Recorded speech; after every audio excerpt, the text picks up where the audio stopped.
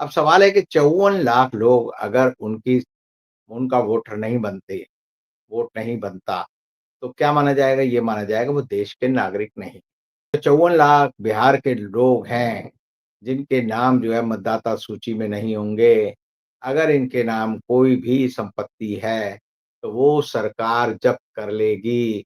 वो बेनामी संपत्ति है, वो ऐसी संपत्ति है जिसका मालिकाना हक वैधानिक रूप से इन 54 लाख लोगों को नहीं है। 22 में चुनाव होने हैं, 26 में चुनाव होने हैं बंगाल के। बंगाल में तो 2 करोड़ लोगों को बाहर निकाला जाएगा इसी तरह। 2 करोड़ बंगालियों को कहा जाएगा तुम जो है क्योंकि हो बंगाली, बोलते बांग्ला हो, तो तुम बांग्लादेश से आए हो। आपके पास अगर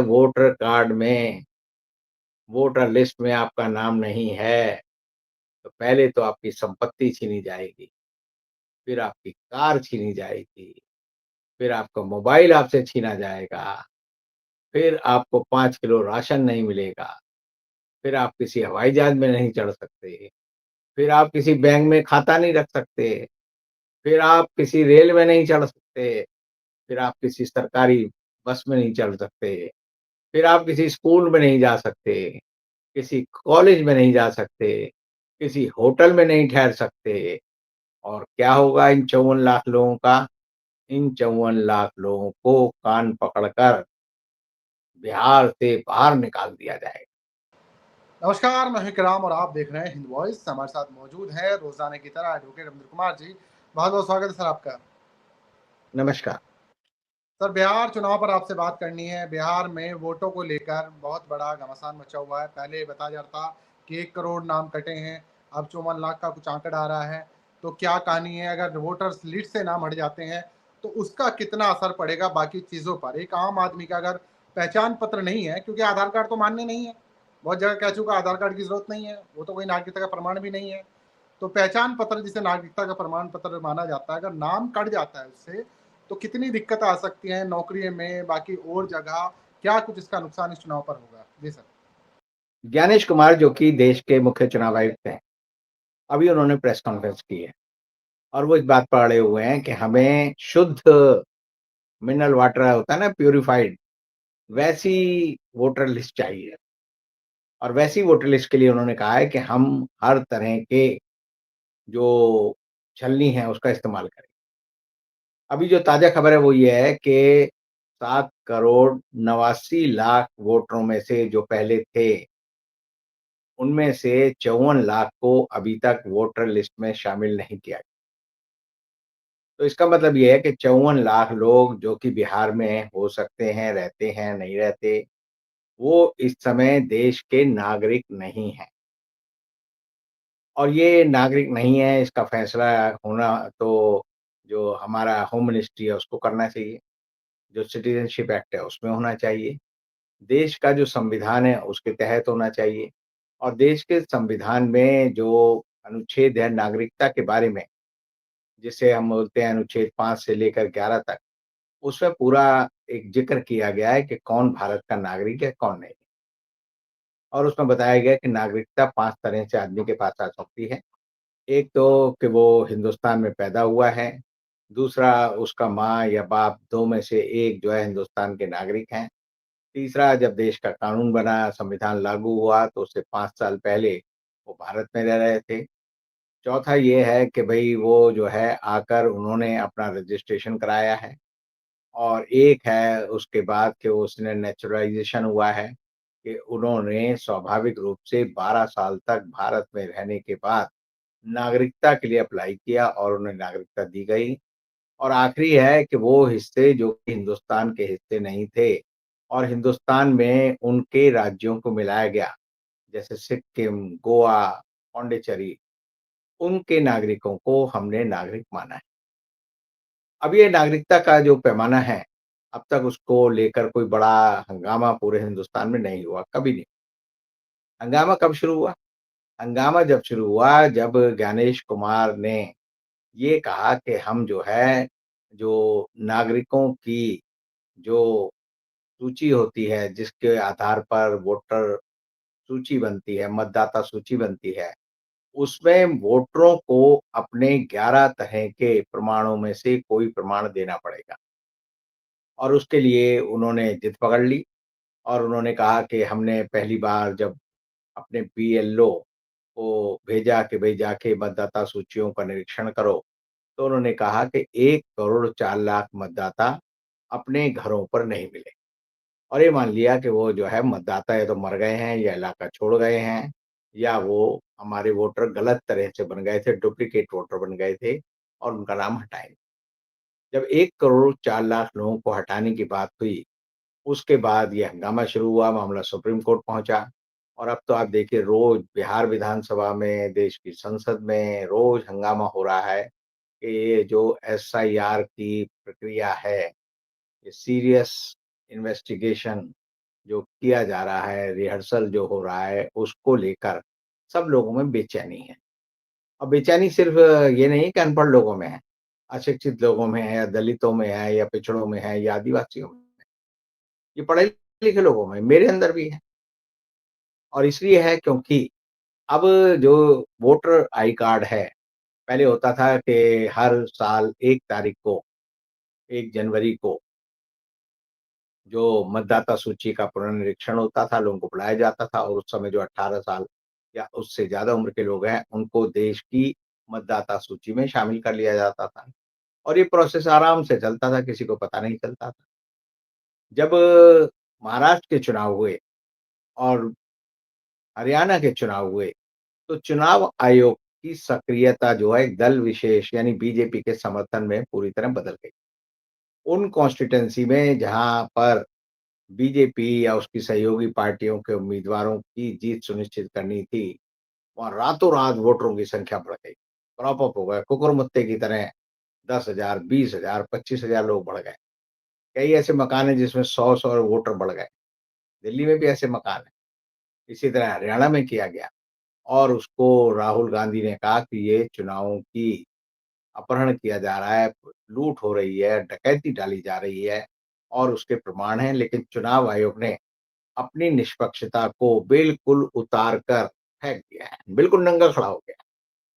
वो कहता है जी जब वोट पड़ते हैं तो हम उसका जो सूचीवार या क्रमवार जो विवरण है, वो किसी को नहीं देंगे। चुनाव के नतीजे आने के बाद भी हम नहीं बताएँगे किस जगह कितने वोट पड़े और बताने के लिए वो कहते हैं कि हमें कोई ज़िम्मेदारी नहीं है।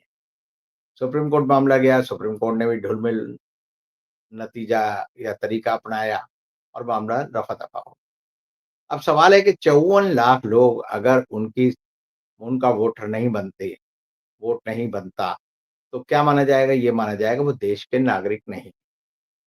और जो आदमी देश का नागरिक नहीं है और हिंदुस्तान में रह रहा है, इसका मतलब वो अवैध रूप से रह रहा है, क्योंकि उसने सिटीज़नशिप तो ली नहीं है, ना उसने डिक्लेयर किया है कि वो किसी दूसरे देश का नागरिक है। तो आपकी सिटीज़नशिप खत्म होने का पहला नुकसान आपको क्या होता है? पहला नुकसान ये होता है कि आप कोई संपत्ति अपने नाम हिंदुस्तान में नहीं रख सकते। ये जो 54 लाख बिहार के लोग हैं, जिनके नाम जो है मतदाता सूची में नहीं होंगे, अगर इनके नाम कोई भी संपत्ति है, तो वो सरकार जब्त कर लेगी। वो बेनामी संपत्ति है, वो ऐसी संपत्ति है जिसका मालिकाना हक वैधानिक रूप से इन 54 लाख लोगों को नहीं है। अब ये देश के नागरिक तो है नहीं, तो ये भी नहीं लिख सकते हैं we are the citizen of India. Hindustan का संविधान कहता है कि वो देश के नागरिकों के मौलिक अधिकारों की रक्षा करेगा। अब जब आप देश के नागरिक ही नहीं हैं, तो आपके मौलिक अधिकार भी खत्म हो गए। मौलिक अधिकार खत्म कौन-सा? आपको शिक्षा नहीं मिलेगी। 54 लाख लोग अगर वोटर कार्ड नहीं दिखाएँगे, तो किसी अस्पताल में उनका इलाज नहीं होगा, रेल का टिकट नहीं मिलेगा, हवाई जहाज में चढ़ नहीं सकते, सरकारी बस में घुस नहीं सकते, किसी होटल या धर्मशाला में रह नहीं सकते, क्योंकि विदेशी नागरिक को अगर वो देश में बिना अनुमति के रह रहा है, तो उसे स्थानीय थाने में जाकर अपनी आमद दर्ज करानी होगी कि मैं फलाना आदमी विदेशी हूँ, मेरे पास वोटर आई कार्ड नहीं है, मैं इस होटल में ठहर रहा हूँ। तो थाने वाले कहेंगे, "अच्छा, कहाँ है वीज़ा दिखा? वीज़ा तो है नहीं। नहीं है तो तू भाई होटल में क्यों ठहर रहा है?" तेरे को तो हम थाने में और कंसंट्रेशन कैंप में, जहाँ ऐसे विस्थापित लोगों को रखा जाता है, वहाँ भर्ती करेंगे। तो 54 लाख लोग बिहार की धरती पर बिना नागरिकता के रह रहे हैं। इनको निकालने की ज़िम्मेदारी किसकी है? भई ये लोग जो है सीमा पार करके आए हैं, इसका मतलब देश के नागरिक तो है नहीं। ये सीमा पार करके 54 लाख लोग बांग्लादेश से, बर्मा से, नेपाल से, पाकिस्तान से, श्रीलंका से, टिम्बकटू से और पता नहीं कहाँ-कहाँ से हिंदुस्तान में घुस आए हैं। तो इनको इनके ऊपर ये सारी बंदिशें लगेंगी जो अवैध प्रवासियों के ऊपर लगती हैं। अभी 54 लाख लोगों को शिक्षा का अधिकार खत्म हो गया है। उनको जो राशन मिल रहा है, जो 5 किलो अनाज मिल रहा है, उन औरतों को जो शौचालय के लिए पैसे मिले हैं, घर बनाने के लिए जो कर्जा मिला है, मकान, दुकान, कार, कोठी, स्कूटर, मोटरसाइकिल जो ये चलाते रहते हैं, ये सारी इनसे छीन ली जाएगी। ये मोबाइल भी नहीं चला सकते, क्योंकि मोबाइल भी लेने के लिए इन्होंने सिम कार्ड जो है, फर्जी दस्तावेज़ देकर लिया है। तो 54 लाख लोगों का मोबाइल बंद हो जाएगा। 1 अगस्त के बाद ये 54 लाख लोग एयरटेल को भारत सरकार कहेगी, जियो को कहेगी, वोडाफ़ोन को कहेगी और दूसरी कंपनियों को कहेगी, इन्होंने बेईमानी करके गलत प्रमाण देकर आईटी एक्ट का उल्लंघन किया है, 5 साल की सज़ा इन्हें मिलनी चाहिए, सब पे मुकदमे होंगे। 5-5 साल के लिए इन 54 लाख लोगों को जेल भेजा जाएगा। ज़मानत भी नहीं मिलेगी, क्योंकि इनकी ज़मानत कैसे लेंगे? 54 लाख लोग बिहार के जो है, बिहार की धरती पर बोझ हैं। ये बिहार को खत्म कर रहे हैं दीमक की तरह। अदालतें कहेंगी विदेशियों को भारत के लोगों के अधिकारों में सेंध लगाने का कोई अधिकार नहीं है।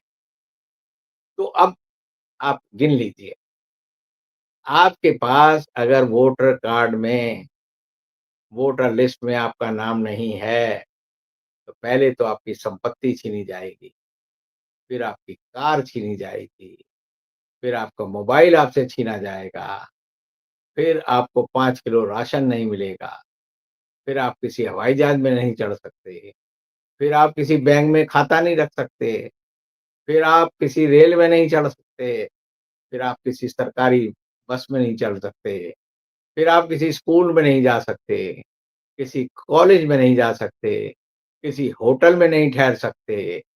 और क्या होगा इन 54 लाख लोगों का? इन 54 लाख लोगों को कान पकड़कर बिहार से बाहर निकाल दिया जाएगा। क्योंकि जिस दिन वोट होते हैं, वोट का लोगों को शायद तरीका नहीं पता।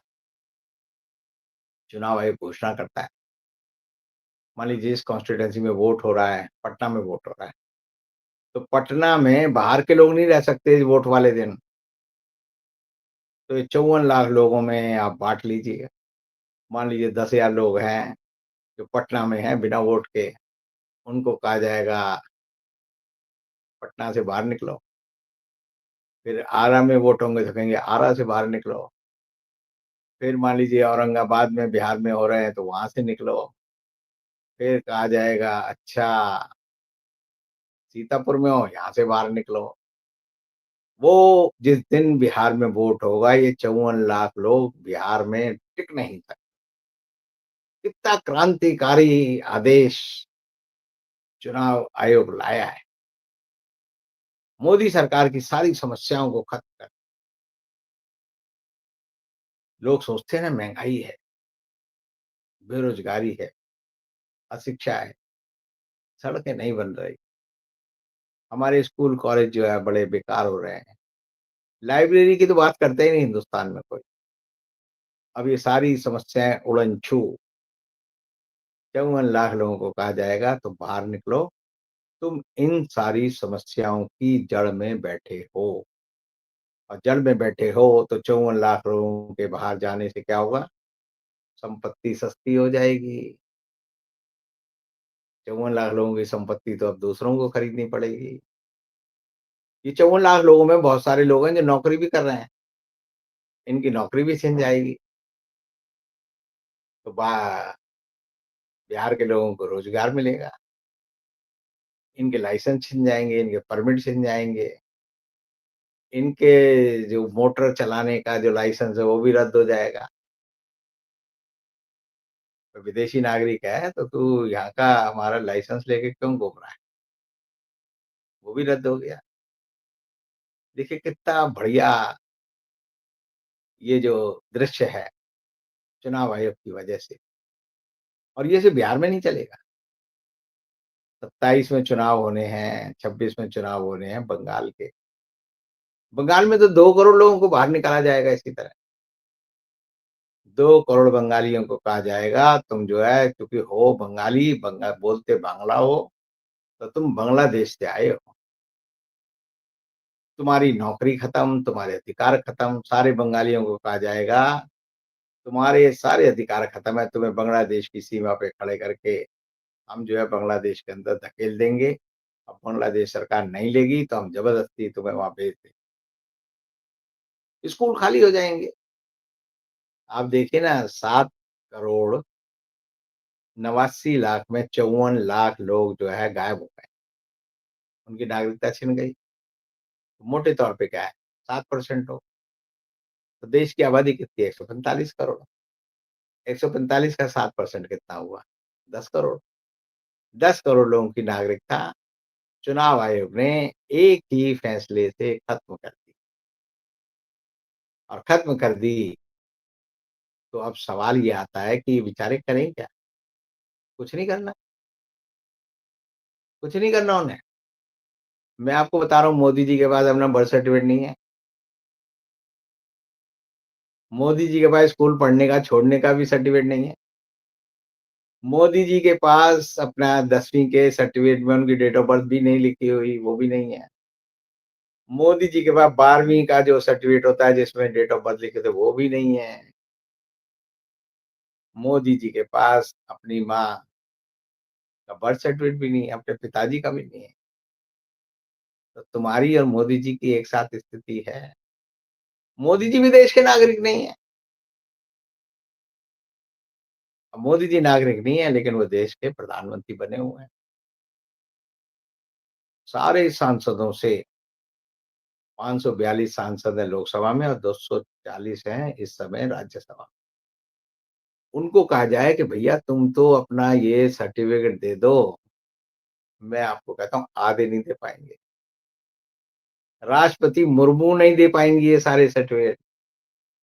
और जो ये धनखड़ जी ने इस्तीफ़ा दिया है वो भी इसीलिए दिया है। वो भी देश के नागरिक नहीं है। वो भी ये सारे डॉक्यूमेंट नहीं दे पाएँगे। और ये जो सुप्रीम कोर्ट के जज हैं, इनके पास भी नहीं है। हाई कोर्ट में भी आधों के पास नहीं है। जो वकील हम लोग हैं ना, हमारे पास भी आधों के पास नहीं। कितना बड़ा राम राज्य है, कितना क्रांति आ गई। अब सुप्रीम कोर्ट को सोचना पड़ेगा कि भई ये हो क्या रहा है? 28 तारीख आ रही है, सुप्रीम कोर्ट को सुनवाई करनी है। उसने इलेक्शन कमीशन को कहा था कि भई ये जो आधार कार्ड है, इसे शामिल कर सकते हैं कि नहीं? राशन कार्ड है, इसे शामिल कर सकते हैं कि नहीं? और तो वोटर आई कार्ड तो तुमने ही दिया है इलेक्शन कमीशन, उसको शामिल कर सकते हैं कि नहीं? इलेक्शन कमीशन कह रहा है नहीं, हम किसी आपकी बात को नहीं मानेंगे। हमें तो खरा-टन 24 कैरेट का सोना चाहिए। हमें तो बिल्कुल विशुद्ध 100% वोटर लिस्ट चाहिए। इसका क्या मतलब? इसका मतलब पहले की वोटर लिस्टें धोखाधड़ी वाली थी, बेईमानी की थी, गलत लोगों ने बनाई थी और ये सारे चुनाव हुए गलत वोटर लिस्ट से हुए तो चुनाव भी गलत हुए। आमे का आमा बिगड़ा हुआ है। अब ज्ञानेश कुमार कहते हैं कि मैं ज्ञान का ईश हूँ, ज्ञानेश, मेरे से ज़्यादा ज्ञान किसी को नहीं। इसलिए मैं 54 लाख लोगों को बाहर निकाला। और होम मिनिस्ट्री, भाई सिटीज़नशिप देने का राइट तो होम मिनिस्ट्री को है। सोनिया गांधी को सिटीज़नशिप मिली, किसने दी? होम मिनिस्ट्री ने दी। दूसरे लोगों को भी सिटीज़नशिप कौन देता है? होम मिनिस्ट्री देती है। भारत सरकार जो है सिटीज़नशिप एक्ट अमेंडमेंट लाई, एनआरसी लाई, उनकी ज़रूरत नहीं है। हमारे पास तो एक पारस पत्थर है, वो है चुनाव आयोग। वो टच करेगा और जो लोहा होगा उसे सोना बना देगा और जो दूसरी धातु होगी वो तो वही रहेंगी।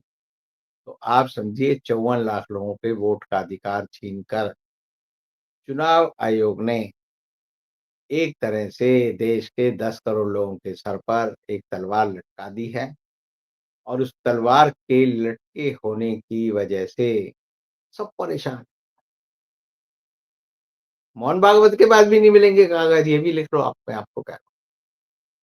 तो आखिर ये हो क्या रहा है?